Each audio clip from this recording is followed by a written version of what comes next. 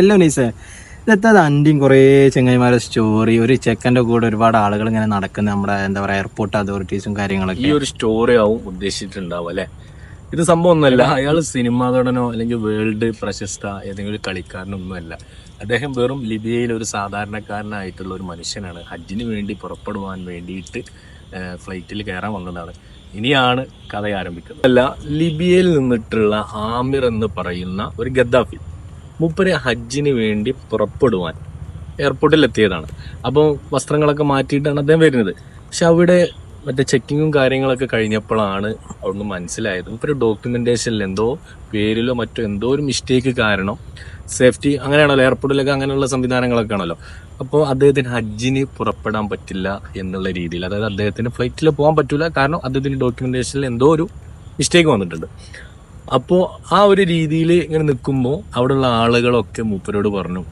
മൂപ്പര് വളരെ വിഷമത്തിലാണ്. കാരണം വളരെ ആഗ്രഹത്തോടെ, കാരണം ഏതൊരു മുസൽമാന്റെയും ഏതൊരു മുസ്ലിമിന്റെയും മനസ്സിലുള്ള ഒരു ആഗ്രഹമാണ് ഹജ്ജ് ചെയ്യാന്നുള്ളത്. പക്ഷെ അദ്ദേഹത്തിന് അത് കഴിയില്ല എന്ന് പറയുമ്പോൾ അദ്ദേഹത്തിന് വളരെയധികം വിഷമായി. അപ്പോൾ അടുത്തുള്ള ആളുകളൊക്കെ പറഞ്ഞു, ഈ വർഷം നിങ്ങൾക്ക് ഹജ്ജ് ചെയ്യാനുള്ള ഭാഗ്യം പടച്ചവൻ തന്നിട്ടുണ്ടാകില്ല. നെക്സ്റ്റ് ഇയർ ഇൻഷാ അല്ലാഹ് നിങ്ങൾക്ക് അതിന് സാധിക്കട്ടെ എന്ന് ചുറ്റുമുള്ളവരൊക്കെ ആശ്വസിപ്പിച്ചു കൊണ്ടിരിക്കും. അദ്ദേഹം പറഞ്ഞു, ഇൻഷാ അല്ലാഹ് എനിക്കൊരു കുഴപ്പമില്ല, ഞാൻ ഹജ്ജ് ചെയ്യുമെന്ന് നിയത്ത് വെച്ചവരാണ്. അപ്പോൾ അള്ളാഹു കണക്കാക്കിയിട്ടുണ്ടെങ്കിൽ ഈ വർഷം തന്നെ ഞാൻ ഹജ്ജ് ചെയ്യും എന്ന് അദ്ദേഹം മറുപടി കൊടുത്തു. പക്ഷെ രസകരം എന്ന് പറയട്ടെ, ഇതൊന്നല്ല അവിടുത്തെ ഒരു ഹൈലൈറ്റ് എന്ന് പറയുന്നത്. അദ്ദേഹത്തെ കൂട്ടാതെ ബാക്കിയുള്ളവരെല്ലാം ഫ്ലൈറ്റിൽ കയറിയിട്ട് ഹജ്ജിന് പോകാൻ വേണ്ടി ഒരുക്കത്തിലാണ്. പൈലറ്റ് ഫ്ലൈറ്റ് എടുത്ത് ഫ്ലൈറ്റ് പറന്നുയർന്ന് വിത്തിൻ സെക്കൻഡ്സ് അല്ലെങ്കിൽ വിത്തിൻ മിനിറ്റ്സ് നമുക്ക് പറയാം ഫ്ലൈറ്റ് വീണ്ടും എന്തോ ടെക്നിക്കൽ ഇഷ്യൂ കാരണം തിരിച്ചിറക്കേണ്ടി വന്നു. വീണ്ടും അദ്ദേഹം വളരെയധികം ഒരു ആത്മവിശ്വാസം അദ്ദേഹത്തിന് കിട്ടി. ഇനിയെങ്കിലും എനിക്ക് അതിൽ കയറാൻ പറ്റുമോ, അങ്ങനെ എയർപോർട്ട് അതോറിറ്റീസിനൊക്കെ മുമ്പ് ബന്ധപ്പെട്ടു. പക്ഷെ അവർ അപ്പോഴും സമ്മതിച്ചില്ല. പിന്നെയും ആ ടെക്നിക്കൽ ഇഷ്യൂ റെഡിയാക്കിയിട്ട് ഫ്ലൈറ്റ് വീണ്ടും പറന്നുയർന്നു.